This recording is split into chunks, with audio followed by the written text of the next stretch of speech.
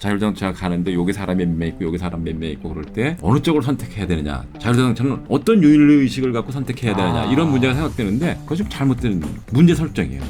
우리 이제 철학에서 지금 현대 과학기술의 우호적인 입장을 갖고 있는 철학자들 중에서는 AI에 대해서 아니면 로봇에 대해서도 이제는 도덕적인 권리를 인정을 해야 된다, 이렇게 얘기하는 경우가 있는데 사실은 거기에는 조금 문제점이 많이 있어요. 삶의 무기가 되는 넓고 깊은 지식 위스덤 칼리지의 한상호 PD입니다. 성균관대학교 철학과 명예교수 이종관 교수님과 함께하고 있습니다. 교수님 안녕하세요. 네, 안녕하세요. 저는 그 성균관대학교 철학과에서 한 30년간 재직하다가 재작년에 은퇴를 해서 지금 명예교수로 재직하고 있고요. 또 한국연구재단 우수학자로 선정이 돼서 그 인류의 미래에 관한 철학적인 연구를 지금 한 4년째 계속하고 있고, 여러분 만나뵈서 반갑습니다. 네, 이런 질문 한번 드려보고 싶습니다. 완전한 자율주행의 시대가 곧 올 수도 있다라고들 하는데, 그랬을 때 만에 하나 사고가 난다. 그럼 도대체 이 책임을 누구한테 부여해야 되느냐? 인간은 가만히 앉아만 있었고 모든 판단은 AI가 기계적으로 한 건데 인명사고라도 났다. 그럼 누구를 처벌해야 되는가? 이런 문제가 있는데 이런 좀 어떻게 해석할 수 있을까요? 근데 그 논의도 사실은 좀 잘못된 프레임에서 문제가 잘못 제기되고 있는 경우가 상당히 많습니다. 그러니까 완전 자율이 될 수 있냐는 문제고, 완전 자율이 되기 위해서는 자동차 자체만 완벽한 인공지능을 가져서는 안 되는 거예요. 그 자동차가 움직이는 공간이 같이 가능하도록 설계가 돼야 돼요.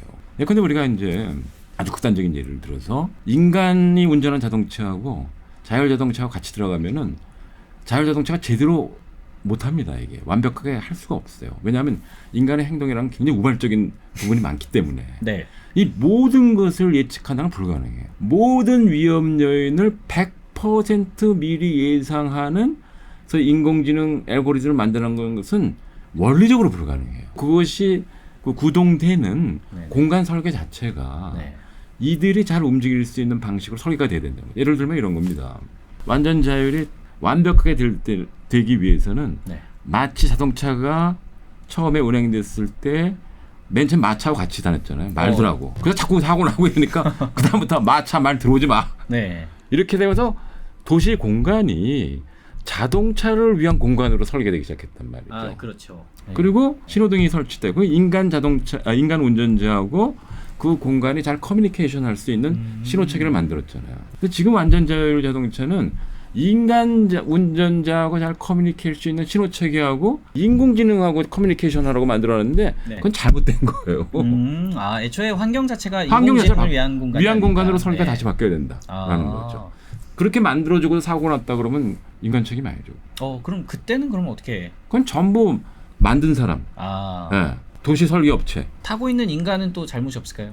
아니, 아무것도 안 했는데. 아무것도 안 했는데. 그 완전 자율 자동차라면 인간이 완전히 개입을 안 한 거잖아요. 그럼 인간이 왜 책임질 일이 없죠. 그러니까 이게 그 완전 자율이라는 게 그래서 실현되기 위해선 기술적인 것도 중요한데 이런 논의들이 다 합의가 돼야 그렇죠. 이게 이제 규제도 다 풀리고 이렇게 된다라는 건데, 그러니까 우리가 그럼 완전 자율 자동차를 위해서 도시를 다시 설계해야 되느냐, 아니면 지금 이대로가 좋냐 도시가, 이런 사회적 합의가 필요한 거죠. 그러니까 이게 자율 자동차 문제만은 아니라는 거예요. 결국은 도시 설계. 그 도시라는 것은 결국 인간의 하루하루의 삶이 이루어지는 것이잖아요. 그 삶을 그냥 자동차를 위해서 우리가 다 포기해야 되느냐? 뭐 이런 문제도 되게 될 수 있고. 그래서 이러한 굉장히 좀 사실 다양한 논의가 필요한데, 그 자율자동차 논의할 때는 이제 지금은 뭐 그런 논의를 잘 안 하지만 마이클 샌들 같은 사람이 이제 많이 소개한 그 트롤리 프로블em 같은 거. 그 뭐 기차가 왼쪽으로 갈 거냐 오른쪽으로 갈 거냐, 여기 사람이 몇 명 있는데 어느 쪽으로 선택할 거냐, 레버를 당길 것이냐. 그렇죠. 그런 논의를 그대로 자율자동차로 갖고 들어와가지고 뭐 자율자동차가 가는데 여기 사람 몇 명 있고 여기 사람 몇 명 있고 그럴 때 어느 쪽을 선택해야 되느냐, 자율자동차는 어떤 윤리의식을 갖고 선택해야 되느냐, 이런 문제가 생각되는데 그거 좀 잘못된 문제 설정이에요. 거기는 답을 할 수 없어요. 그렇죠. 그럼 그런 상황이 안 오도록 만들면 돼요. 근데 만약에 그냥 그런 상황을 상정해 보면 어떻게 그건 풀 수가 없어요. 그 사회가 어떤 가치를 추구하느냐. 그러니까 예를 들어서 공리주의적 입장을 취한다면 뭐 소수를 희생시키고 다수를 구하는 게 방식으로 알고리즘을 설계하는 것이 윤리적이라고 할 수가 있겠는데 예를 들어서 칸트의 윤리학 같은 경우를 입장에서 본다면은 소수라고 반드시 그야말로 다수보다 가치가 모자라느냐 그건 아니거든요. 그런 거는 결국은 어느 한쪽으로 쉽게 결정할 수 없는 문제고 물론 옛날 같으면 뭐 정말 최고의 어떤 지식이나 덕성을 가진 사람이 이렇게 결정해 네. 라고 얘기할 수 있지만 지금 그런 사회 아니잖아요. 그렇죠. 그 사회적 합의가 있어야 되는 거죠. 다수를 선택할 것이냐 소수를 구하는 쪽으로 해야 될 것이냐 아니면 아예 그런 상황이 안 오도록 도시나 교통 인프라를 다시 재구축할 것이냐. 그래서 예를 들어서 네. 신호등을 없애버리고 그 교통 신호 체계가 예. 전부 인공지능화 되면은 디지털로 커뮤니케이션 한단 말이에요.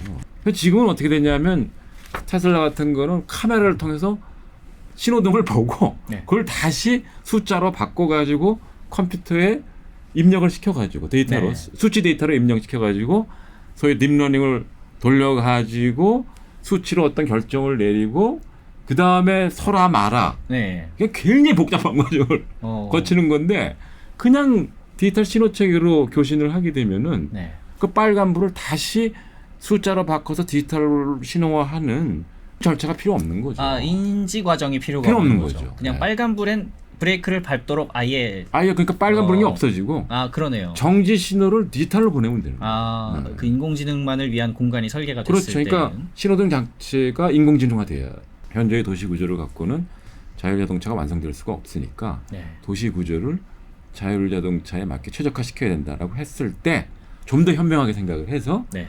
이 기회에 현대 도시가 갖고 있는 문제점을 네. 같이 해결하자. 좀 더 쾌적하고 환경 친화적인 도시로 네. 만들자라는 방향으로 현명한 방향을 선택을 하면 또 좋은 방향으로 갈 수도 네. 있다고 할 수 있죠.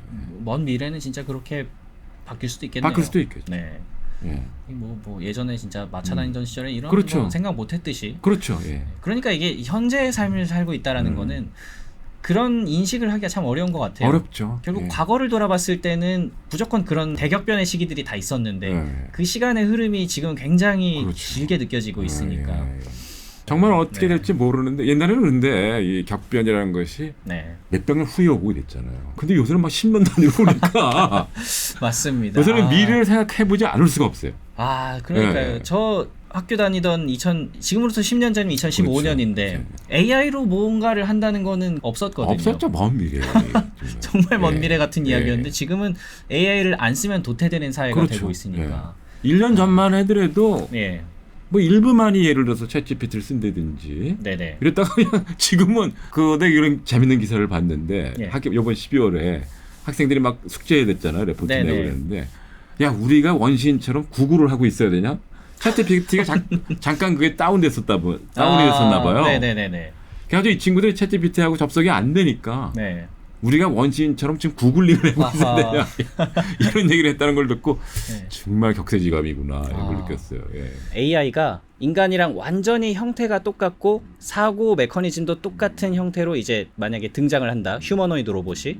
그랬을 때 이 AI에 대해서 지금 인간에게 부여되고 있는 기본권이라든지 노동에 대한 권리, 결혼 제도 같은 것들 이런 인간의 행동 양식들이 적용이 돼야 할까요?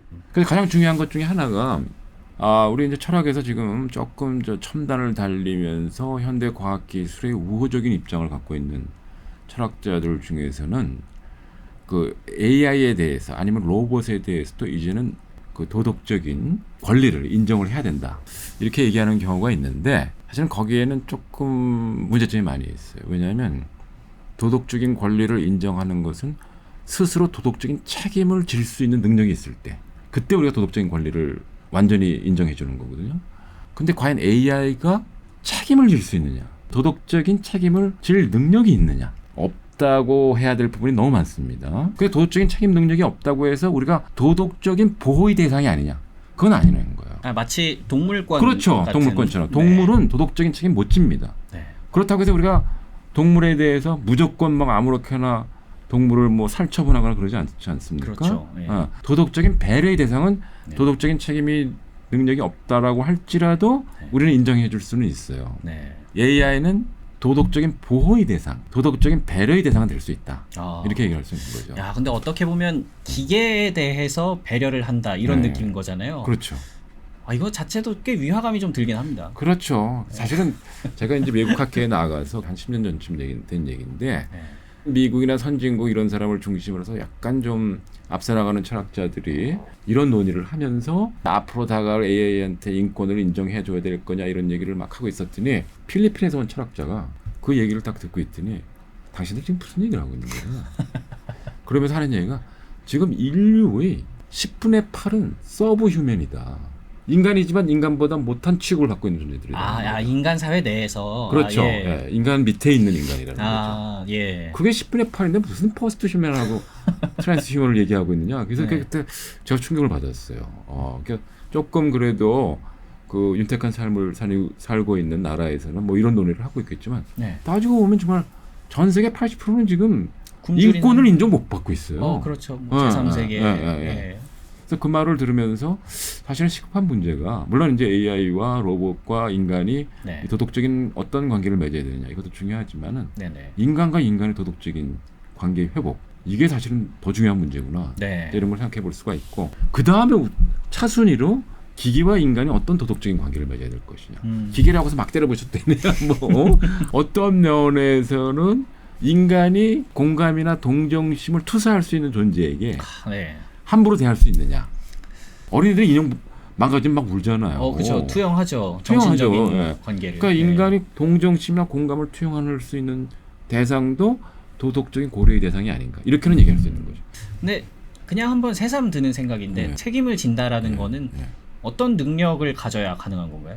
그러니까 자기가 결단하는 거죠. 그게 우리가 법적으로 책임을 물을 때 이 사람이 스스로 결정했느냐 안 했느냐 그거 굉장히 중요하게 되잖아요. 그렇죠. 이게 예를 들어서 뭐라 그러죠? 뭐 술 먹고 심신미약. 심심해요. 네. 그럴 때는 법적으로 이 양형이 좀 낮아지고 그러잖아요. 심지어는 네. 처벌도 안 하고 오히려 치료비 기관에 보낸다든지. 굉장히 논쟁적이죠. 그래서. 논쟁적이죠. 근데 그게 뭐냐면은 적어도 법 질서가 유지된다.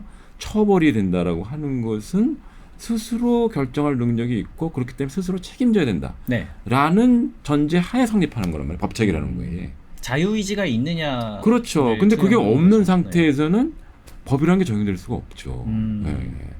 그래서 예를 들어서 이제 AI 같은 경우에도 네. 도덕적인 능력이 있느냐는 결국은 자유의지가 있느냐 없느냐 그 문제로 이제 회귀가 되는데 현재까지는 자유의지가 있다고 할 수가 없고 네. 그게 도덕적인 책임 능력이 없다라고 네. 이제 볼 수가 있고 네. 그렇기 때문에 인간과 AI가 인간과 인간처럼 완벽한 도덕적인 관계를 맺을 수는 없다라고 네. 볼 수 있는데 근데 제 생각에는 처벌이라든지 그런 책임의 어떤 의미는 그 유한성에서 좀 온다라고 생각이 들거든요. 그러니까 인간이 감옥에 가는 것 자체가 처벌이 되는 이유는 그 한 70년, 80년 사는 인생에서 이제 몇 년을 감옥에 그렇죠, 보낸다는 그렇죠. 것 자체가 굉장한 그렇죠. 고통인 거잖아요. 예. AI한테 만약에 너 죄 지었으니까 감옥 가. 기계는 무한하잖아요. 그렇죠. 네. 예. 그 뭐 그런 측면에서 봤을 때도 딱히 뭐 처벌을 한다는 것 자체가 무슨 의미가 그렇죠. 있을까? 그러니까 네. 사실은 AI한테 어떤 그 도덕적인 권리를 준다는 것은 처벌도 가능하다라는 건데 지금 얘기한 것처럼 좋은 얘기 했는데 뭐 처벌의 의미가 없죠. AI한테는. 그죠. 뭐 예. 종신형을 선고한다. 그렇죠. 망가지면 다시 만들면 되는 거고 뭐 네. 이러니까. 그렇죠. 예, 예.